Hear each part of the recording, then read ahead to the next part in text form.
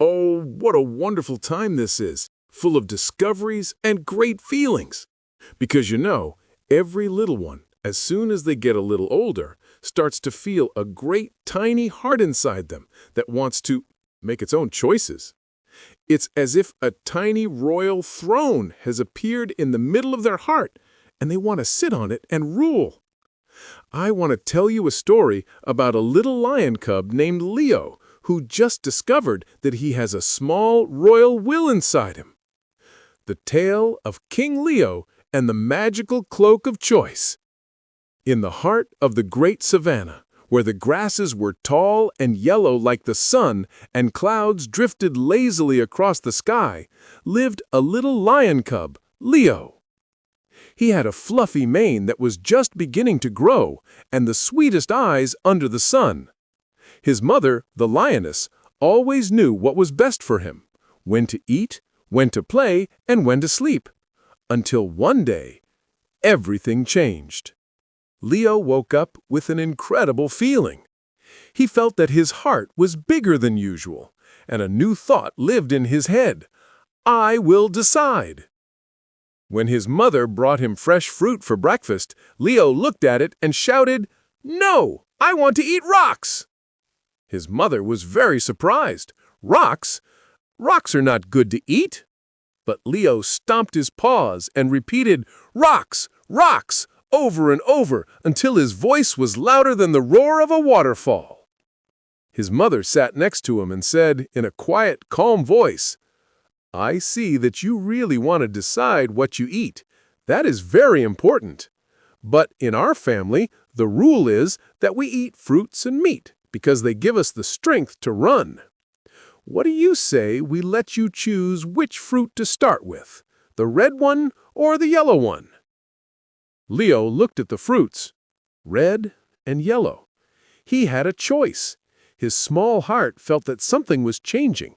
He took the yellow fruit and ate it with great pride, because a new, wonderful thought had appeared in his head. I get to decide. From that day on, Leo became the little king of rebellion. When his mother said to him, "Leo, it's time for a nap," he lay on his back and said, "No, I want to jump on branches." When his father, the lion, said to him, "Leo, put on our magical feather cloak at night to stay warm," Leo would hide under a bush and shout, "I don't want a cloak. I want to sleep on the grass." The great lion father looked at him calmly. He thought that this was a very important time because his son was learning to be himself.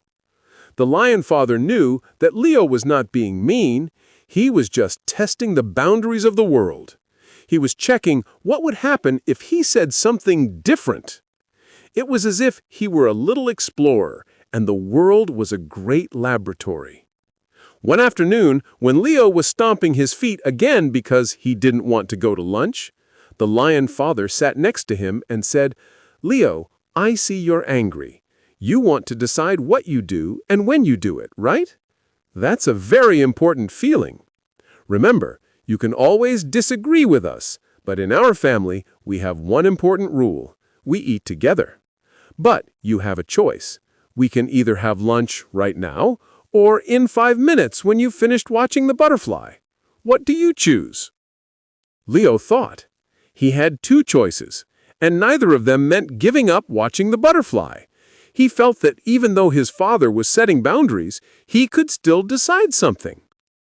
He chose to have lunch in 5 minutes, and then, with a proud look, he went to the table feeling like a little king.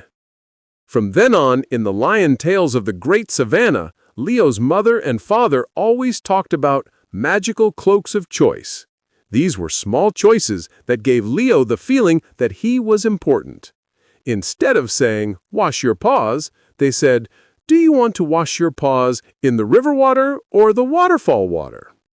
Instead of "Go to sleep," they said, "Do you want to lie down to sleep today on the soft moss or on a hard rock?" And you know what? Leo rebelled less and less because he felt that he was being listened to.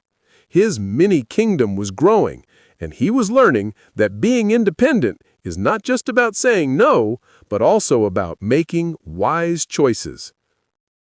And so, the little lion cub Leo understood that he didn't have to fight for his throne, because his throne was in his heart.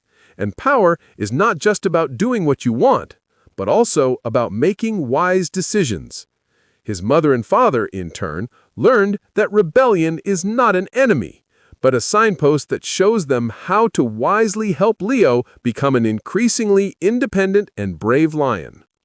And you? Do you know that you also have a small royal will inside you that wants to decide? And remember, every small choice you make is like one little bead on your magical cloak of choice that makes you more and more independent.